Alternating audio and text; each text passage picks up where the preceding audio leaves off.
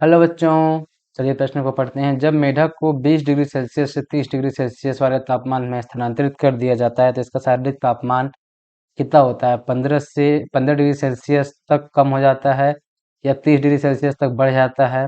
और तीसरा विकल्प है 12 डिग्री सेल्सियस तक कम हो जाता है और चौथा विकल्प है परिवर्तित नहीं होता है। चलिए देखते हैं हमारा प्रश्न क्या बोलता है कि मेढक को अगर 30 डिग्री तापमान में स्थानांतरित कर दे तो इसका तापमान क्या होगा। तो हमारे प्रश्न की मुख्य अवधारणा क्या हो जाएगी? मुख्य अवधारणा क्या होगी कि मेढक का मेढक का शारीरिक तापमान शारीरिक तापमान मेढक का शारीरिक तापमान कैसे परिवर्तित होता है? तो जैसा हम सब जानते हैं कि मेढक एक कैसा जंतु है? गर्म रक्त वाला जंतु है। गर्म रक्त वाला क्या है? जंतु है। गर्म रक्त वाले का मतलब क्या है कि जैसे ही वातावरण का तापमान बढ़ाओगे और उसका तापमान क्या होगा, उसके शरीर का बढ़ जाएगा। और जैसे ही तापमान घटाओगे उसका तापमान घट जाएगा। मतलब तापमान के अनुसार परिवर्तित होने वाला, तापमान के अनुसार मतलब कि वातावरण के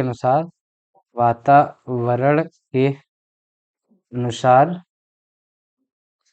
शरीर के तापमान में शरीर के तापमान में परिवर्तन परिवर्तन होता है। किसमें?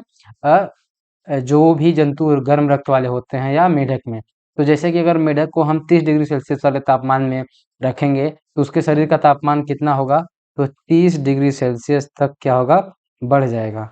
जो भी उसका ज़्यादा ज़्यादा तापमान होगा उतना ही बढ़ जाएगा।